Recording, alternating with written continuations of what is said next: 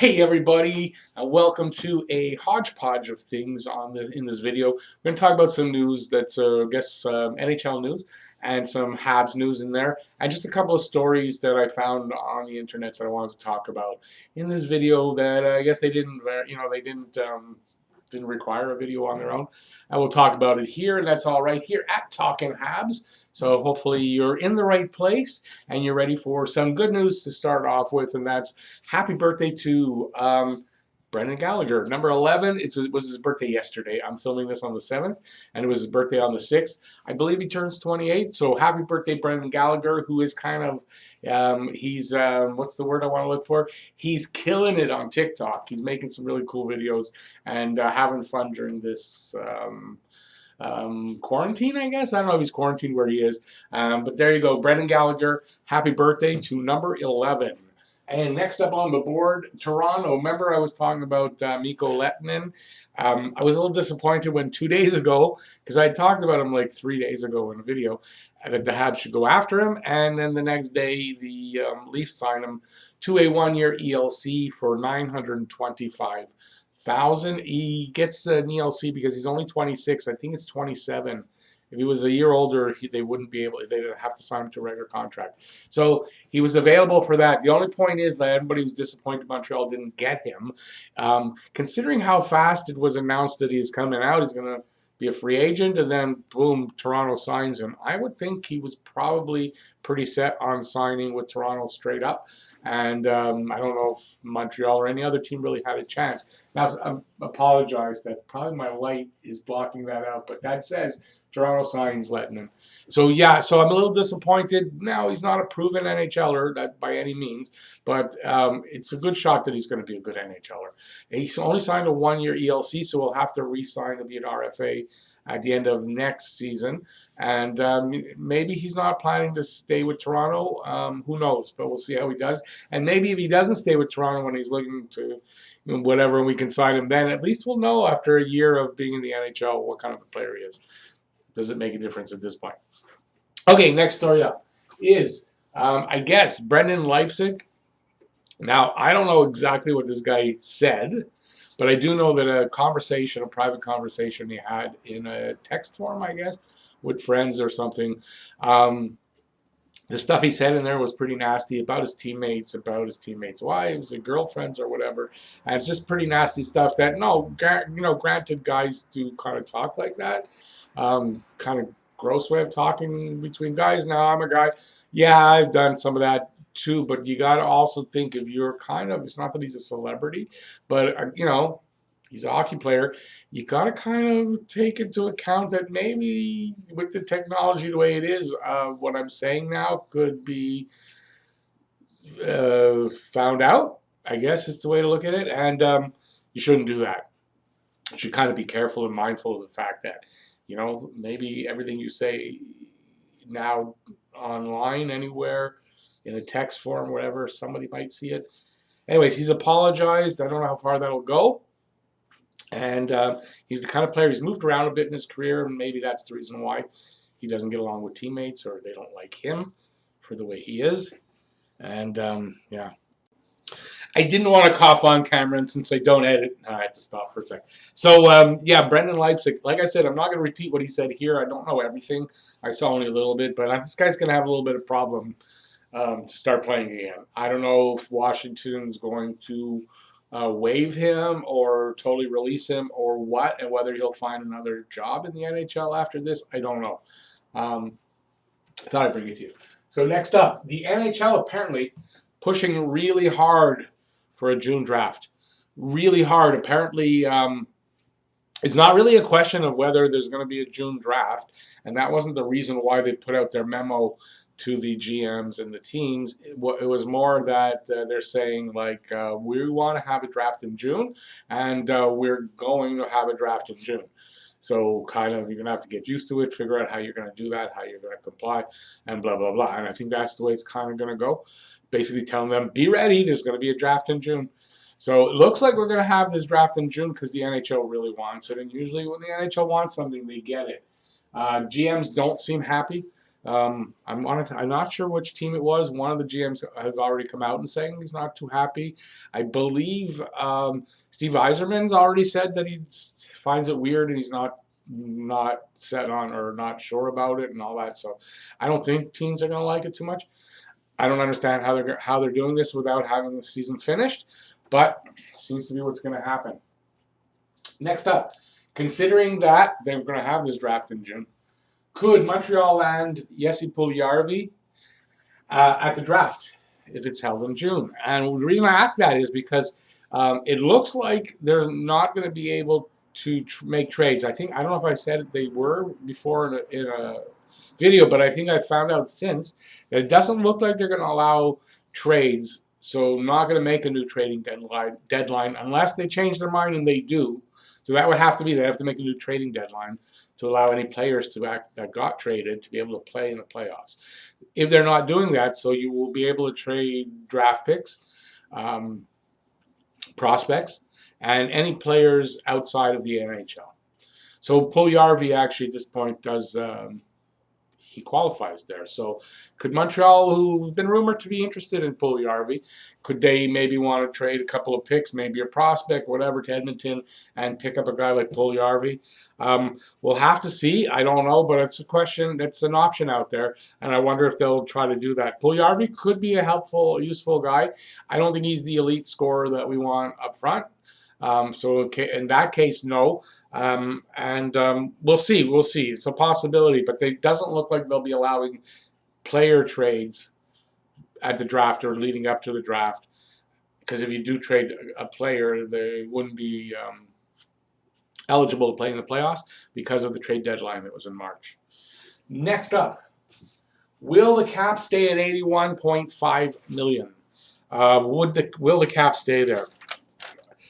I saw something online that it seems like the NHL and the NHLPA will try anything to have the cap stay at 81.5. They don't want it to go down. It might mean no compliance buyouts. So if the cap can manage to at least stay at 81.5, the talk of a compliance buyout for each team probably not going to be there.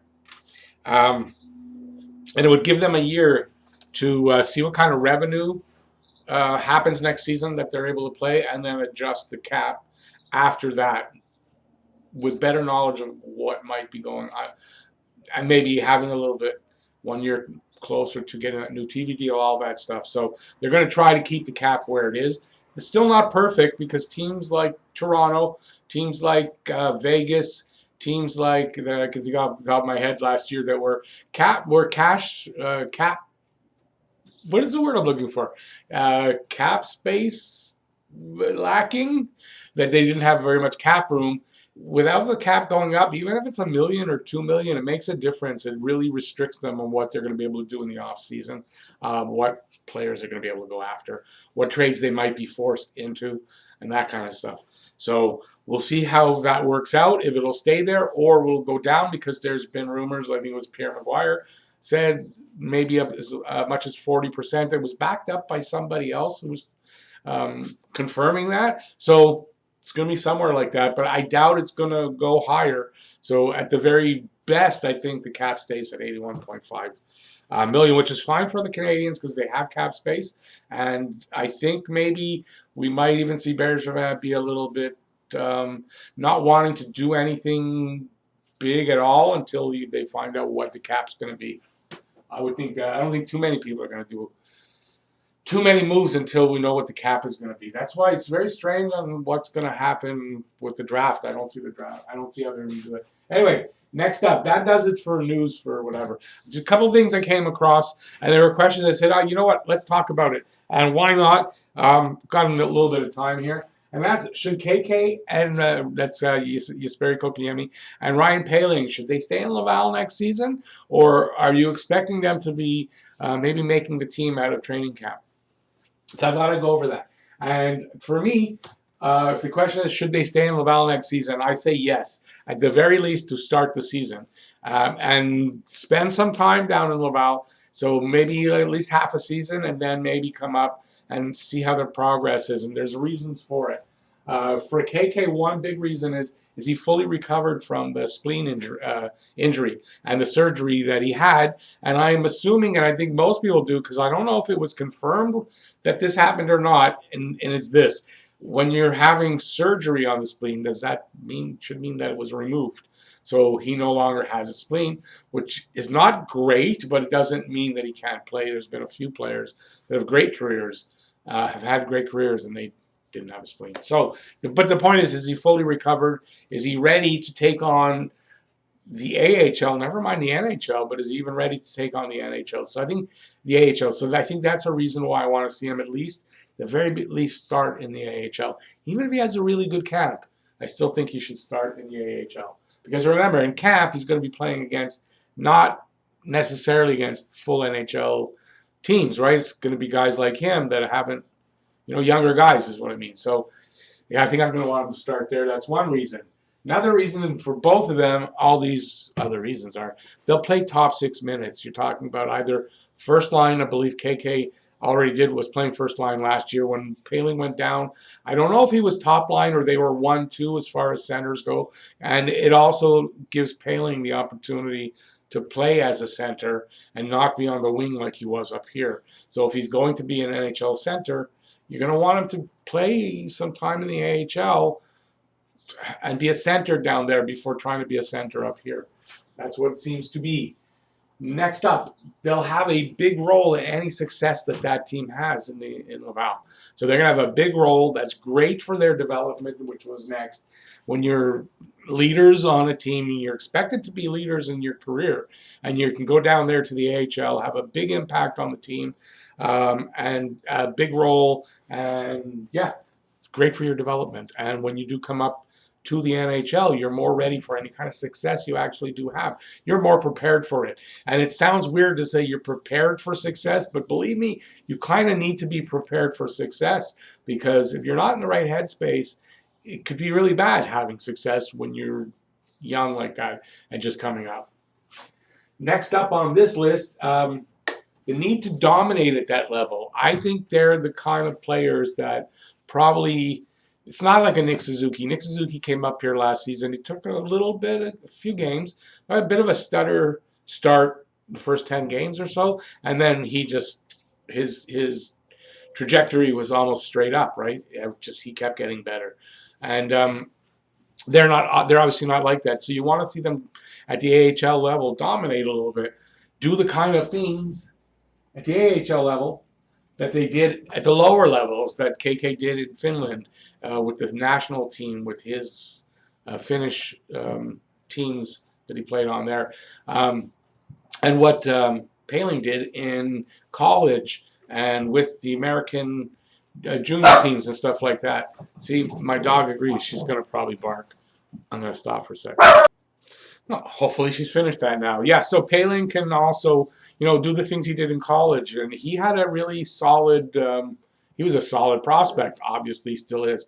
So I think best off for both of them to spend enough time in Laval doing those things, getting their confidence, getting their skills ready to make the jump to the big league. Next question up that I saw in a different article was, did Habs have any untouchables when it comes to trades? Who do I think? Now I'm going to give my opinion. They differ than the guy in the article, but I thought, who's untouchable in my opinion?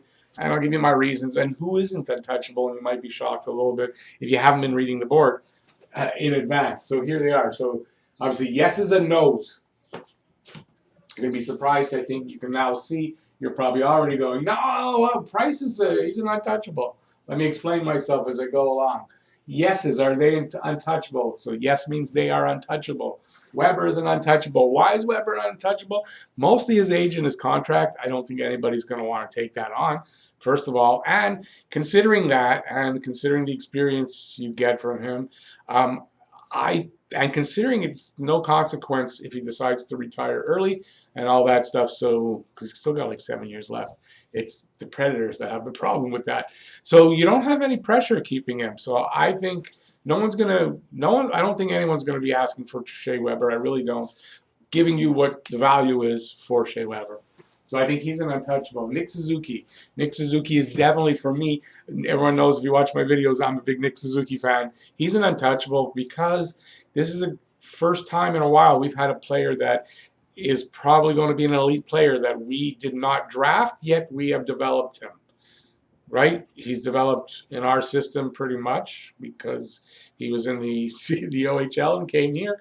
And in his rookie season, he's had a really good rookie year. So he's developing here in the NHL. He's got a high ceiling.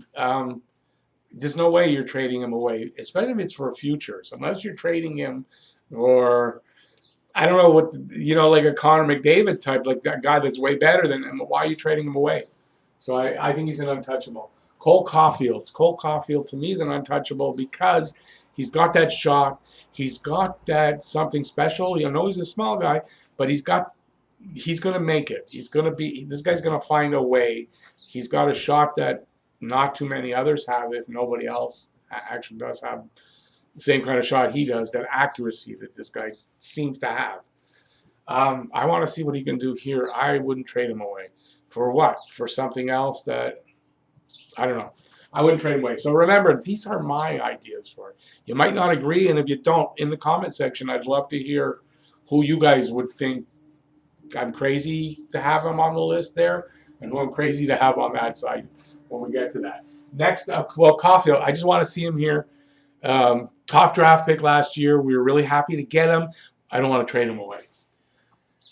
Alex Romanov, probably more. I'm 99.9% sure he's going to be here for the very latest next season's training camp. Super talented kid.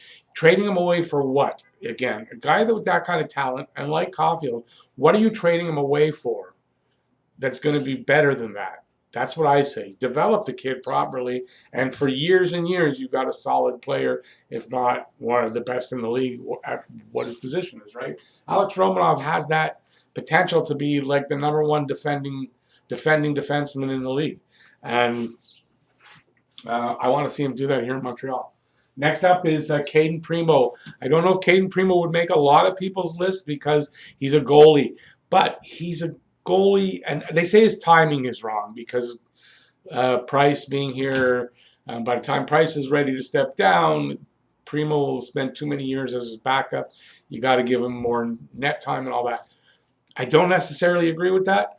I think if we can keep Primo down another year or two, spends a couple of years here being the backup, and then by that time, Price is 36, 37.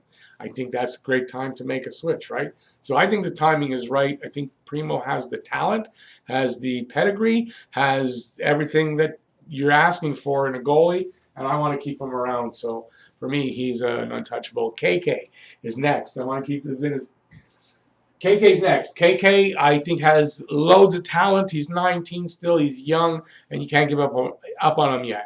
Going to regret it if you do. That's my opinion. KK's untouchable. Thomas Tatar. You need a guy like Tatar.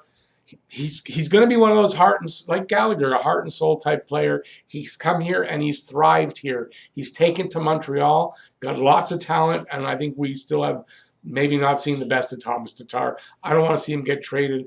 I think you need this guy in your core, and I think we keep him. Next up, Phil Deneau. I don't think a lot of people would agree with me, but here, Phil Deneau is one of those shutdown centers. You can't get that easily. You can't tell me there's a ton of guys like Phil Deneau out there that you trade him away, you get another one like him. I don't think so. And on a team that's starting to be young, and you need a guy like this. You need a guy like this who can shut down. And I want this team to win. I think he's untouchable on this team. The last one's going to be a surprise. It's Matthias Norlinder. Yeah, he's just a prospect, but this guy has some of the best, what's the word I'm looking for? I've seen such great things said about him that I think we need to keep a guy like this in the system. I think he could be a very dominant player, and I don't want to find out 5 years from now that we traded him away to get somebody that just wasn't as nearly as good as him. So yeah, I have feeling about Norlinder, and I would put him on this list. On the no side, I'll go over quickly. Carey Price. Carey Price, he's on your list? Yeah, Carey Price. His contract, if someone will take it, you kind of want to get rid of it at his age. Sorry, it's being harsh, being businesslike. You can win without a goaltender of that quality. Yeah, I love Carey Price. I think he's the best. But do you need the best goalie to win a Stanley Cup? No, you don't. And that's the truth. So I think that makes him, in the right deal, expendable.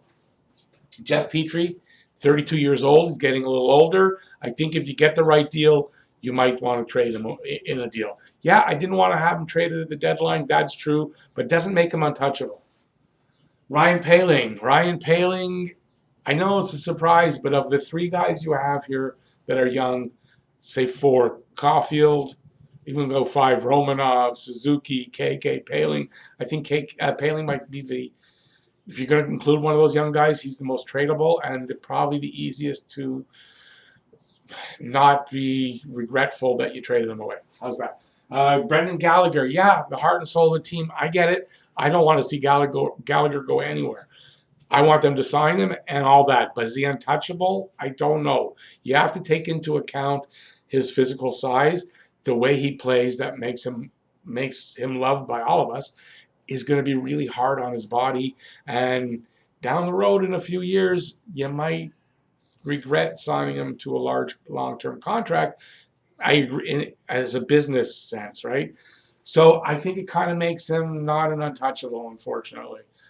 You can beat me up on that one. I think I'm going to get killed on the Gallagher one, but it's kind of true. Maybe I didn't describe it right, but it's kind of true. Joel Armia.